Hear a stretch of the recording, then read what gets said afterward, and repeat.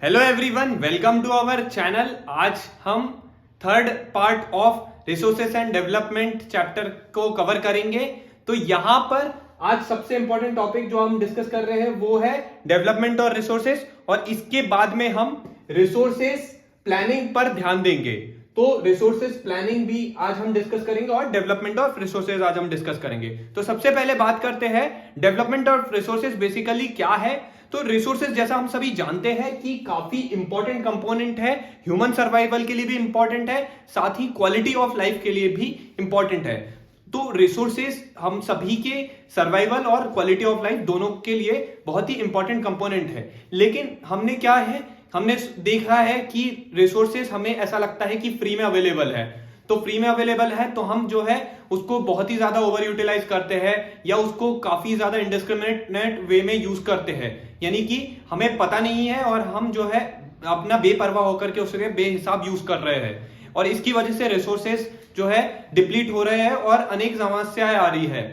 तो यहां पे हम जानते हैं कि इससे क्या क्या प्रॉब्लम्स आ रही है। तो depletion of resources for satisfying the greed of few individuals. तो यहां पर सिर्फ कुछ लोगों की ग्रीड और लालच की वजह से यहां पर रिसोर्सेस यहां पे डिप्लीट होते जा रहे हैं। जो रिसोर्सेस हमारे पास में पहले थे अच्छी मात्रा में, वो अब जो है धीरे धीरे होकर के कम हो रहे हैं। दूसरी एक और प्रॉब्लम जो सामने निकल करके आ रही है कि रिसोर्सेस सिर्फ और सिर्फ कुछ लोगों के हाथ में जा रहे हैं, यानी कि सिर्फ और सिर्फ फ्यू इंडिविजुअल्स के हाथ में। इस वजह से यहां पर क्या हो रहा है कि सोसाइटी में, समाज में एक तरह का बंटवारा हो रहा है, यानी कि जिनके पास में रिसोर्सेज बहुत ज्यादा है वो बहुत ज्यादा वेल्दी हो रहे हैं, और जिनके पास में रिसोर्सेज की कमी हो रही है वो जो है पुअर हो रहे हैं, और इनके बीच का जो दायरा है वो लगातार बढ़ता ही जा रहा है।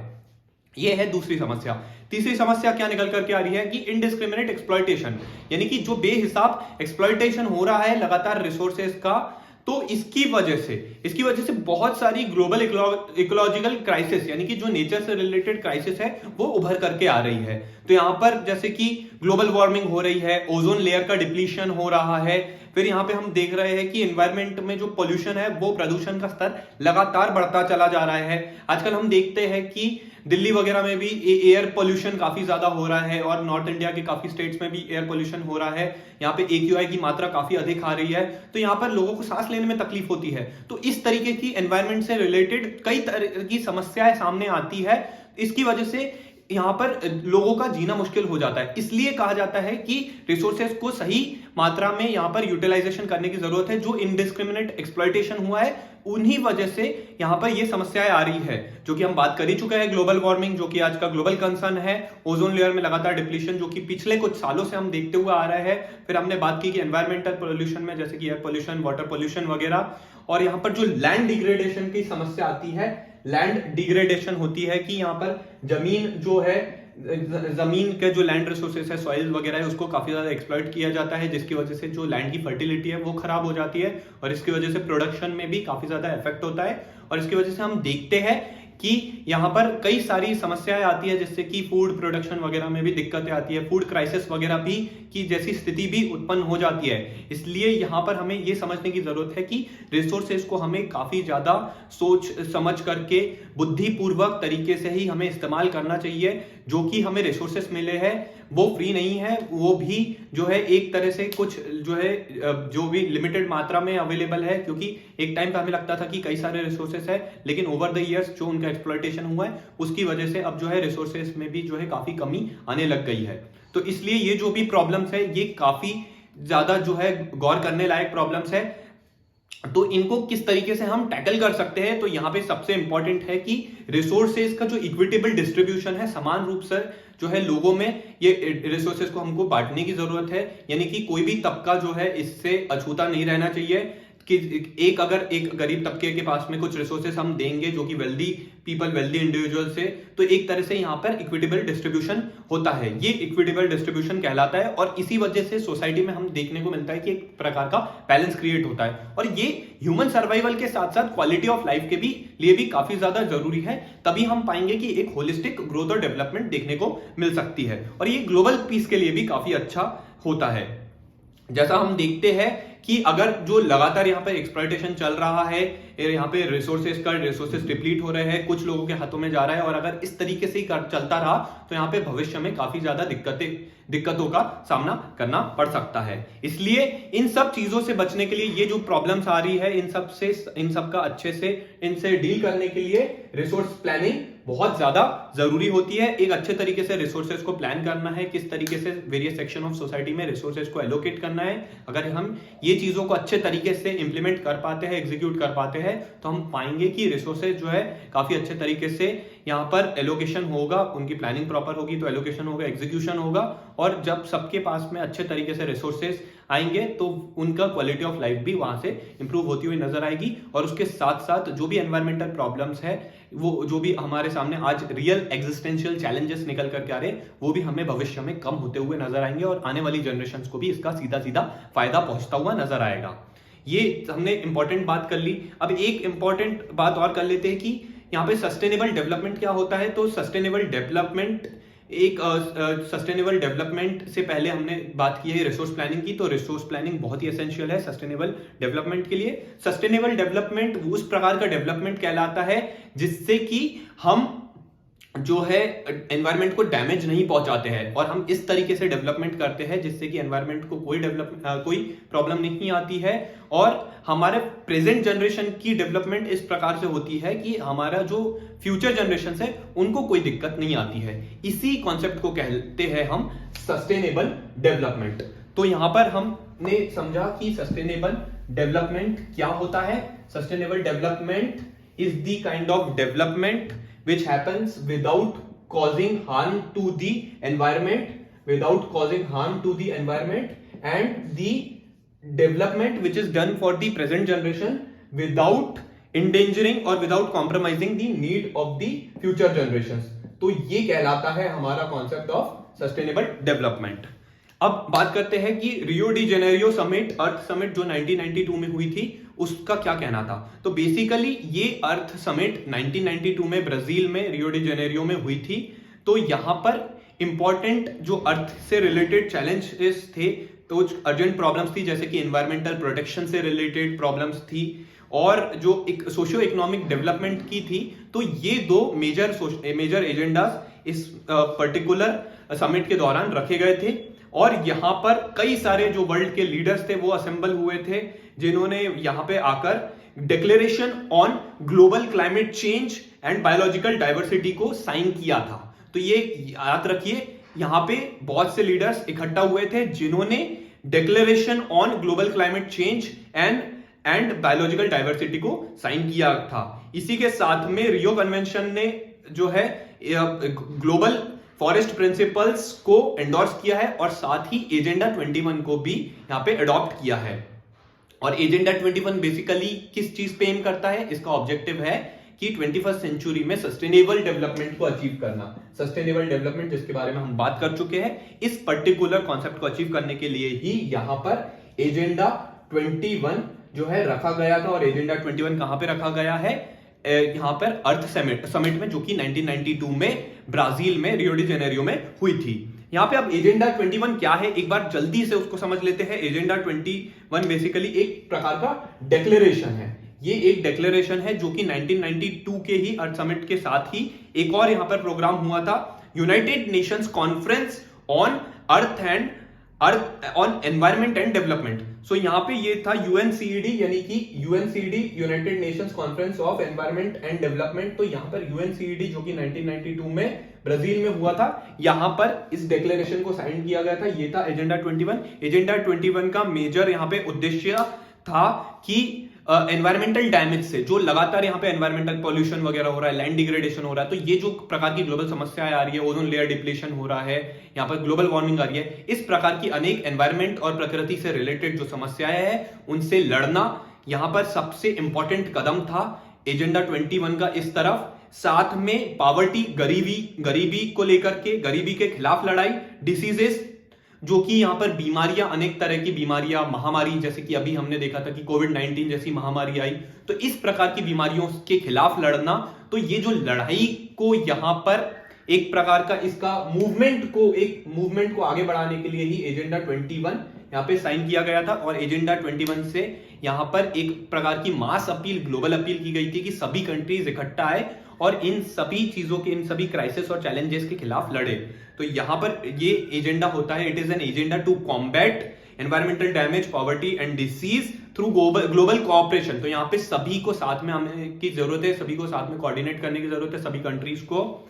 और यहाँ पर global cooperation is needed on common interest, mutual needs and shared responsibilities. तो सभी की यहाँ पे अपनी अपनी जिम्मेदारियां हैं कि किस तरीके से वो अपने अपने लेवल पे इस एजेंडा 21 को अचीव करे।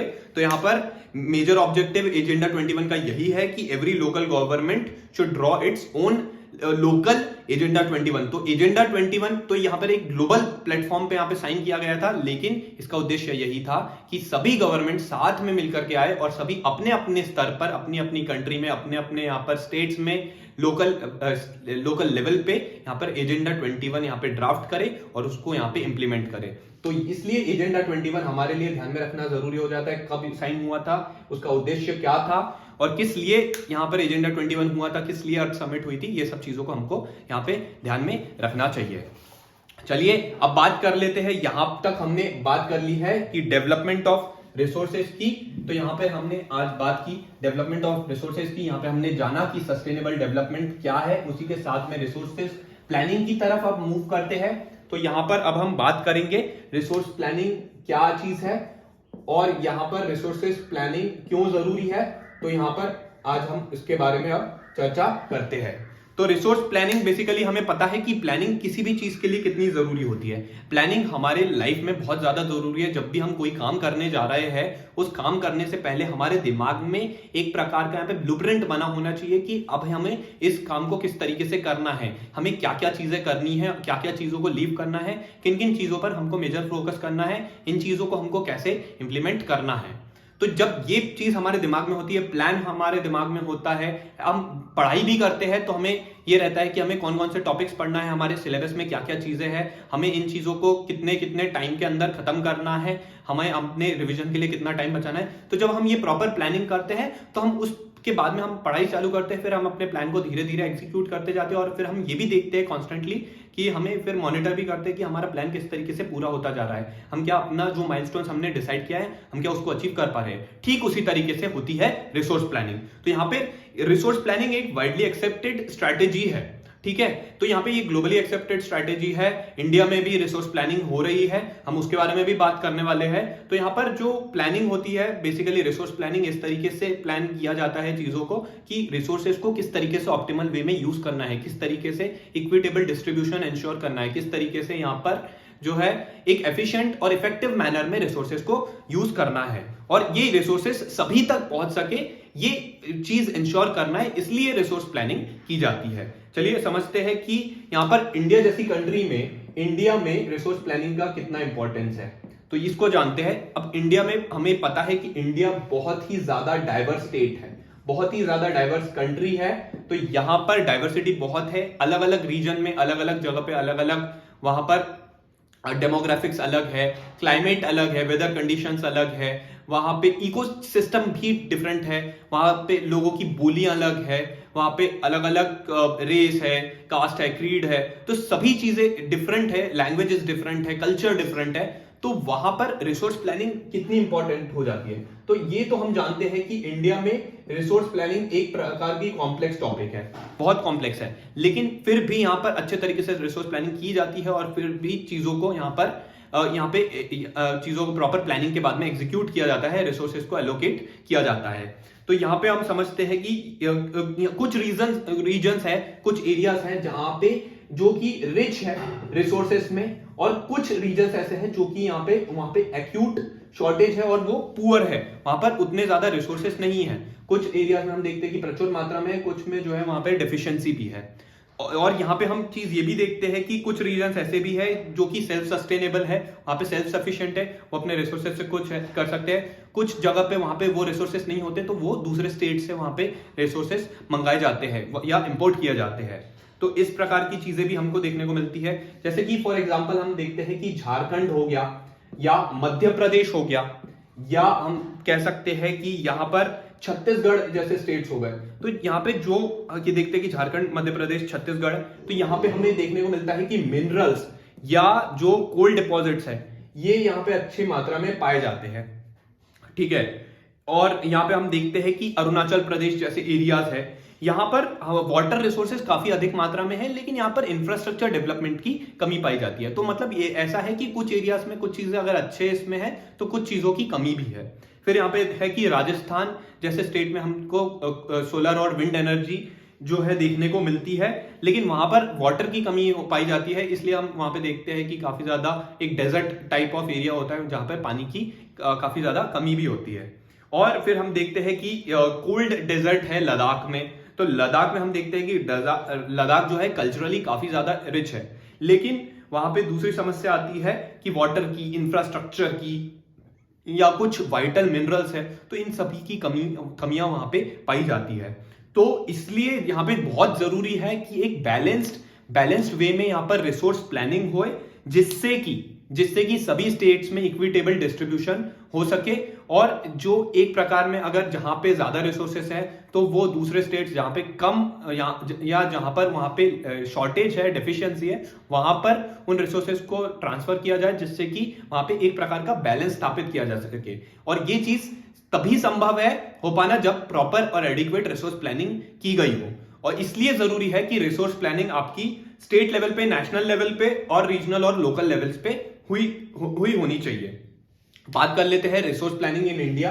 तो यहां पर रिसोर्स प्लानिंग इन इंडिया में हमारे लिए क्या जानना जरूरी है, तो रिसोर्स प्लानिंग इन इंडिया में हमारे लिए जरूरी है कि बेसिकली हमें रिसोर्स प्लानिंग को किस तरीके से अंजाम देना होता है। तो यहां पर 3 स्टेप की प्रोसेस है। फर्स्ट है कि आइडेंटिफिकेशन, तो यहां पे identification and inventory of resources, identification and inventory of resources. तो बेसिकली यहां पे रीजन्स को आइडेंटिफाई किया जाता है कि सभी रीजन्स में कौन कौन से रिसोर्सेज कहां कहां पे उपलब्ध है, और इन रिसोर्सेज को यहां पर सर्वे किया जाता है, प्रॉपरली इनको एस्टिमेट किया जाता है, क्वांटिटेटिव और क्वालिटेटिव मैनर में यहां पर उनका एस्टिमेशन किया जाता है, और उन रिसोर्सेज को मेजर किया जाता है। तो यहां पे बेसिकली मैथ्स परफॉर्म की जाती है, उनकी गणना की जाती है, उनको मापा जाता है कि कौन से रिसोर्सेज कितने परसेंटेज में, कितने उनकी यूनिट्स में वहां पे अवेलेबल है, क्या वो कम है या वो जरूरत से बहुत ज्यादा है, या उनमें अगर कमी है तो कितनी कमी है, क्या वो नेशनल स्टैंडर्ड्स के आसपास मीट कर रहे हैं, मीडियन के आसपास है। तो इस प्रकार का जो मैथमेटिकल फॉर्मुलेशन, मैथमेटिकल यहाँ पर एस्टिमेशन है, ये परफॉर्म किया जाता है। सेकेंड स्टेप आ जाता है यहां पर कि इवॉल्व अ प्लानिंग स्ट्रक्चर।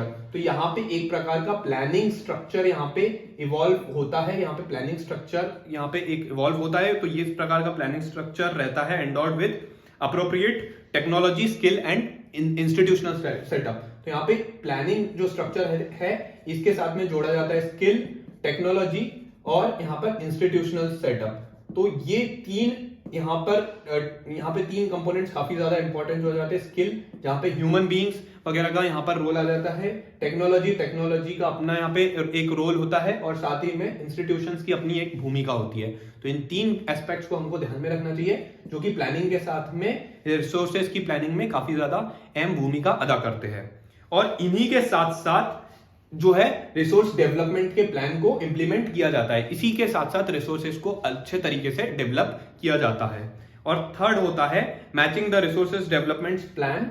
तो यहां पर हमने देखा है कि प्लानिंग स्ट्रक्चर से रिसोर्स डेवलपमेंट होता है, और यही रिसोर्स डेवलपमेंट को मैच किया जाता है नेशनल डेवलपमेंट प्लान के साथ। तो यहाँ पे नेशनल डेवलपमेंट में रिसोर्स डेवलपमेंट की भी एक अहम भूमिका होती है। तो रिसोर्स डेवलपमेंट नेशनल डेवलपमेंट के साथ में मैच किया जाता है, फ्रीक्वेंसी मैच होती है, और इसी तरीके से प्रॉपरली रिसोर्स प्लानिंग यहाँ पे मटेरियलाइज होती है। इंडिया में हम देख रहे हैं कि सिंस दी पोस्ट इंडिपेंडेंस, यहाँ पर फर्स्ट 5 ईयर प्लान जब से ड्राफ्ट हुआ था, उसके बाद से ही रिसोर्स प्लानिंग को जो है वहां पे प्लानिंग में प्रॉपरली जगह दी गई है, और यहाँ पर रिसोर्सेस कोई अवेलेबिलिटी को एक प्रकार का यहाँ पर ऑब्जेक्टिव के साथ में हमारा देश आगे बढ़ा है। तो यहाँ पर the availability of resources is a necessary condition for the development of any region. तो यहाँ पर किसी भी रीजन के लिए डेवलपमेंट के लिए यहाँ पर रिसोर्सेज की अवेबिलिटी होना बहुत ज्यादा जरूरी होती है। लेकिन ये जरूरी नहीं है कि यहाँ पर सिर्फ और सिर्फ अवेबिलिटी ऑफ रिसोर्सेज से ही काम हो जाएगा। अब इसके साथ साथ यहाँ पर अगर हमें देखना जरूरी है कि क्या यहाँ पे टेक्नोलॉजी यहाँ पे मौजूद है या नहीं है कि हम उस रिसोर्सेज को डेवलप कर पाए, या यहाँ पे जो इंस्टीट्यूशंस यहाँ पे उस प्रकार से मौजूद है या नहीं है जो कि अपना योगदान दे सके उन रिसोर्सेज को अपलिफ्ट करने में, डेवलप करने में। अगर इन दोनों चीजों की कमी है तो यहाँ पर अगर रिसोर्सेज अच्छी मात्रा में मौजूद भी होंगे और अगर उनको डेवलप करने के लिए कोई प्लान नहीं है या वहां पर अगर संसाधन नहीं है तो कितने भी वहां पर रिसोर्सेज हो उस चीज का भी कोई महत्व नहीं होता है। इसलिए यहाँ पे हम देखते हैं कि दो प्रकार की यहाँ पर कैटेगरीज सामने निकल करके आती है। एक रीजन वो जहां पर हमें देखने को मिलता है कि रिसोर्सेज बहुत अधिक मात्रा में है लेकिन वो काफी ज्यादा इकोनॉमिकली बैकवर्ड रीजन्स है। दूसरी तरफ यहाँ पर कुछ जो है इकोनॉमिकली जो काफी ज्यादा डेवलप्ड रीजन्स है लेकिन वहां पर रिसोर्सेज की, मिनरल्स की काफी ज्यादा कमी होती है। तो इसलिए यहाँ पर रिसोर्स प्लानिंग बहुत ज्यादा इंपॉर्टेंट होता है जिससे कि एक प्रकार का बैलेंस क्रिएट हो सके इन दोनों कैटेगरीज के बीच में। और जैसा कि हमें पता भी है कि कॉलोनाइजेशन में भी हमने देखा था कि अंग्रेजों ने हम लोगों के ऊपर किस प्रकार से राज किया। हमारे देश में तो सभी प्रकार के यहाँ पे रिसोर्सेस रहे हैं और अंग्रेजों के पास में, उनके पास में जिन्होंने हमारे ऊपर कॉलोनाइज किया ब्रिटिशर्स ने, उनके पास में हाई मॉडर्न टेक्नोलॉजी थी। इंडस्ट्रियलाइजेशन वहां पे कई टाइम पहले हो चुका था और वो जो है कि उनके पास में ऑलरेडी उतनी वेल्थ थी जिस वजह से वो दूसरे कंट्रीज को रूल कर पा रहे थे और उन्हें एक्सप्लॉइट कर पा रहे थे। और उनके पास में उस प्रकार उस लेवल ऑफ डेवलपमेंट था टेक्नोलॉजी का और इंस्टीट्यूशंस था। तो उस लेवल पे हमने देखा था कि वहां पर हमने कॉलोनाइजेशन देखने को मिला।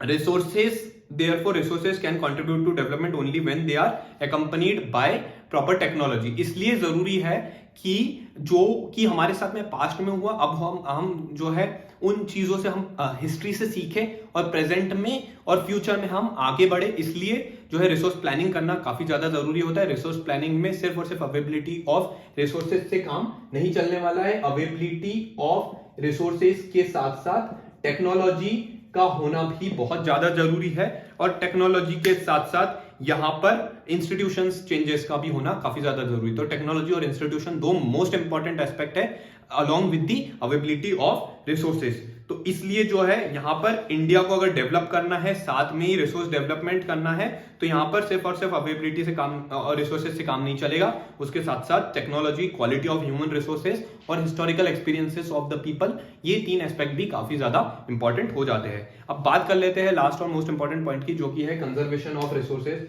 तो यहाँ पर कंजर्वेशन ऑफ रिसोर्सेज को बचाना बहुत ज्यादा जरूरी है। यहाँ पर हमने देखा है कि रिसोर्सेज को काफी ज्यादा इंडिस्क्रिमिनेट वे में यूज किया गया है अभी हमारे पास्ट में, पिछले सालों में। तो यहाँ पर अब जरूरत है, नीड है कि रिसोर्सेज को अच्छे तरीके से यहाँ पे बचाया जा सके, प्रॉपर प्लानिंग की जा सके, एक प्रॉपर प्लान हो कि रिसोर्सेज को किस तरीके से बचाया जा सके। देखिए, क्योंकि एक बहुत ही फेमस कोटेशन है कि there is enough for everybody's need but not for anybody's greed. तो यहाँ पर सबकी जरूरत के लिए जितना है रिसोर्सेज काफी है, लेकिन किसी की लालच के लिए बिल्कुल भी काफी नहीं है।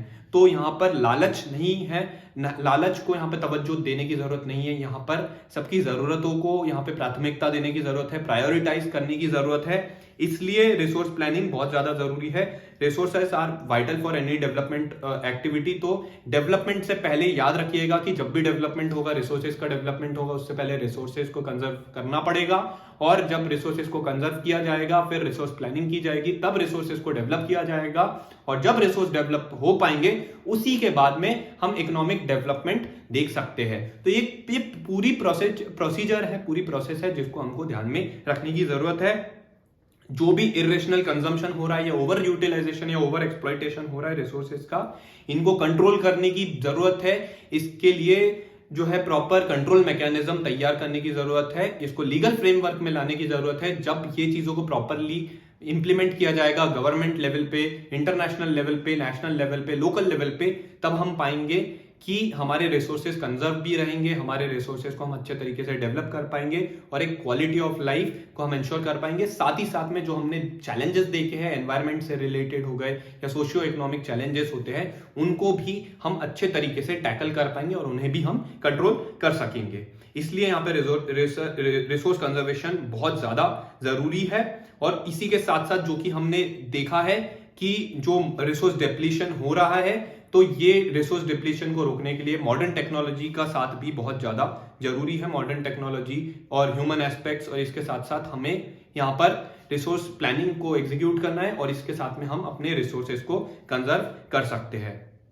चलिए दोस्तों, उम्मीद करते हैं कि आज आपको काफी ज्यादा अच्छे तरीके से resource planning, development of resources के बारे में काफी कुछ जानने को मिला होगा। हम आपके लिए लगातार ऐसे ही कंटेंट्स बना रहे हैं अपने चैनल पर, और यहाँ पर आपके लिए आने वाले सीरीज में, आने वाले लेक्चर्स में हम रिसोर्सेस एंड डेवलपमेंट लेक्चर के बचे हुए पार्ट्स को भी कवर करेंगे।